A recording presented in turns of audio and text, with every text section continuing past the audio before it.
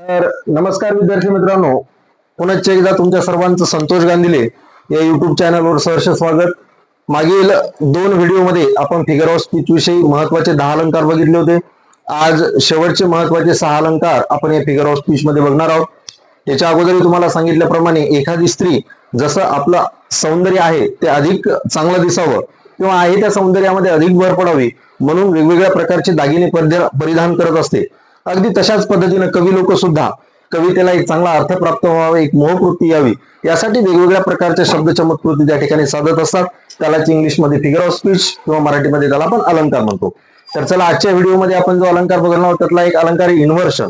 Inversion अलंकार याला मराठीमध्ये उत्क्रम अलंकार म्हणतो. आता जर समजा तुम्ही इंग्रजी भाषेविषयी जर माहिती काढली असेल तर इंग्रजी भाषेमध्ये जनरली रचना कशी असते, सुरुवातीला सब्जेक्ट असतो, त्याच्यानंतर वर्ब असतं आणि त्याच्यानंतर ऑब्जेक्ट असतो. म्हणजे SVO या पॅटर्न मध्ये जनरली इंग्रजी वाक्याची रचना असते. परंतु कवी लोकांना यमक जुळवण्यासाठी प्रत्येक वेळेस ती कवितेचं चरण किंवा त्या कवितेची ओळ SVO याच्यामध्ये येईलच असं सांगता येत नाही. तर त्यासाठी त्यांना काय करावं लागतं, यमक जुळवण्यासाठी शब्द मागे पुढे करावं लागत असतात.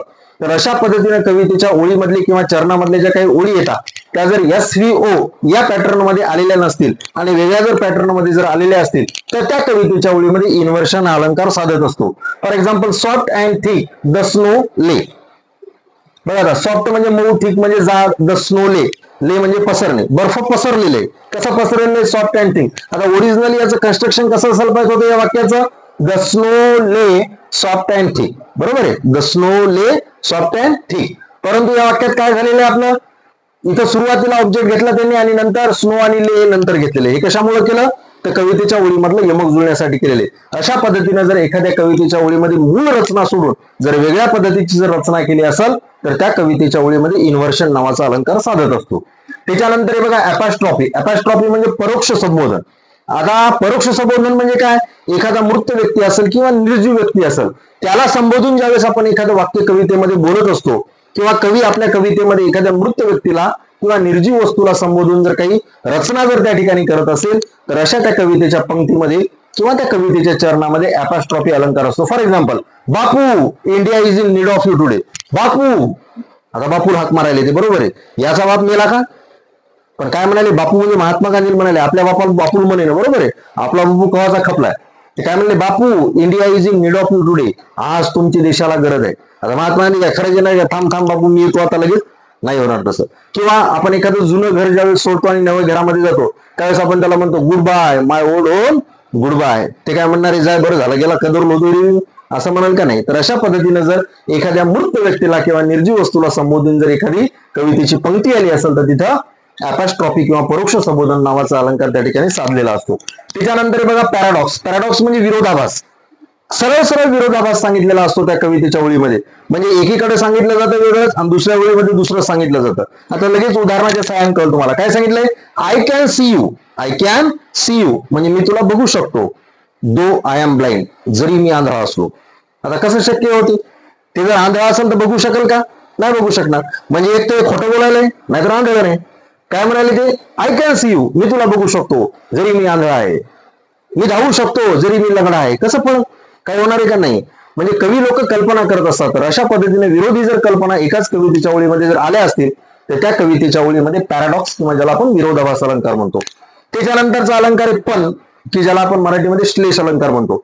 कवितेच्या एकाच ओळीमध्ये एक शब्द 2 वेगवेगळ्या अर्थाने जर आला असेल, कवितेच्या एकाच ओळीमध्ये एखादा शब्द 2 वेगवेगळ्या अर्थाने जर आला असेल तर त्या कवितेच्या ओळीमध्ये पण किंवा श्लेष अलंकार साधलेला असतो. फॉर एक्झाम्पल बघा, Mumbai is a great haven. Mumbai is a great haven in the world. आता फॉर एक्झाम्पल इथे पुढची ओळ होती, इन द वर्ल्ड. आता Mumbai is a great haven. Haven हा जो शब्द आलेला आहे तो 2 अर्थाने वापरला जातो. आता Mumbai is a great haven in the world. Haven याचा शब्द हार्बर. हार्बर म्हणजे बंदर. ऍक्च्युअली मुंबई एक बंदरच आहे, बरोबर आहे, समुद्राच्या काठी असलेलं ते एक बंदर आहे. बंदर म्हणजे ज्या ठिकाणी जहाज वगैरे उभी राहतात, बरोबर आहे, मुंबई एक बंदर आहे. त्याच्यानंतर काय होतो अर्थ त्याचा, Mumbai is a great haven in the world. Heaven म्हणजे स्वर्ग. हेवन म्हणजे काय, स्वर्ग. मुंबईला मायानगरी म्हणतात. म्हणजे बरेचसे लोक आपल्या स्वतःच्या स्वप्नाची पूर्तता करण्यासाठी त्या ठिकाणी जात असतात आणि ते एक स्वप्नवत नगरीवाणी. म्हणून मुंबई हेवन म्हणजे हार्बर बिक आहे आणि स्वर्ग बिक आहे. म्हणजे हेवन हा शब्द किती अर्थानं वापरला? 2 अर्थानं वापरला. म्हणजेच कवितेच्या एकाच ओळीमध्ये एखादा शब्द हा 2 वेगवेगळ्या अर्थानं जर वापरला असेल तर कवितेच्या त्या ओळीमध्ये पण किंवा ज्याला आपण श्लेष अलंकार म्हणतो तो साधलेला असतो. त्याच्यानंतर जे ॲलिगरी म्हणजे दृष्टांत.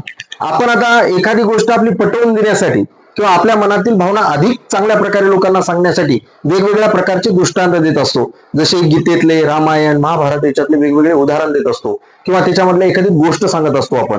तर अशा पद्धतीने एखादी गोष्ट जर समजा कवितेच्या ओळीमध्ये टायटल रूपात किंवा दृष्टांत रूपात जर त्या ठिकाणी जर दिलेली असेल तर त्या ठिकाणी ॲलिगरी हा अलंकार साधत असतो. उदाहरणार्थ सिद्धार्थ अँड द स्वॅन, एक खूप चांगली प्रसिद्ध अशी एक गोष्ट आहे. सिद्धार्थ म्हणजे गौतम बुद्धाला म्हटलेलं आहे आणि स्वॅन म्हणजे राजहंस.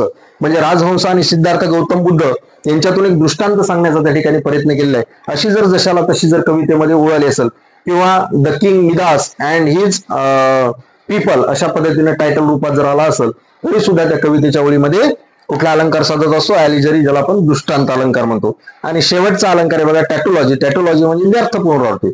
व्यर्थ पुनरावृत्ती म्हणजे काही गरज नसताना आपण काय करतो? एखादी गोष्ट परत परत परत परत सांगत असतो. आता त्याची काही गरज नसते, एकदा सांगितल्याला कळत असते आपल्याला, पण काही लोकांना एक सवय असते तशा पद्धतीने. For example, I want to hear म्हणजे मला ऐकण्याची इच्छा आहे. टेल्स अँड स्टोरीज काय सांगितलं या ठिकाणी? टेल्स. आता टेल्सचा अर्थ सुद्धा गोष्टच होतो आणि स्टोरीजचा अर्थ सुद्धा गोष्टच होतो. म्हणजे नुसतं जर असं जर म्हणलं असतं ते I want to tell here किंवा I want to hear tales, मला गोष्ट ऐकण्याची इच्छा आहे, तरी भागला असतं ना. पण स्टोरी काही पुढची बट लावायची गरज होती का?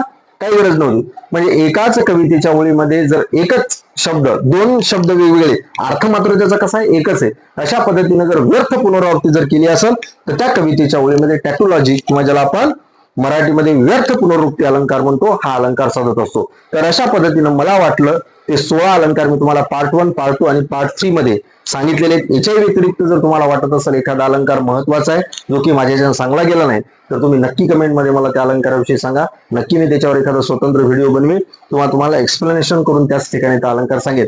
तर आशा आहे तुम्हाला हे अलंकार चांगल्या पद्धतीने समजले असतील. याचा उपयोग कसा करायचा, काय करायच्यासाठी जास्तीत जास्त कवितेच्या ओळीची प्रॅक्टिस करा. आणि हा जर व्हिडिओ आवडला तर हा व्हिडिओ शेवटपर्यंत पहा, लाईक करा, सबस्क्राईब करा आणि इतर एज्युकेशन ग्रुपमध्ये शेअर करा. धन्यवाद.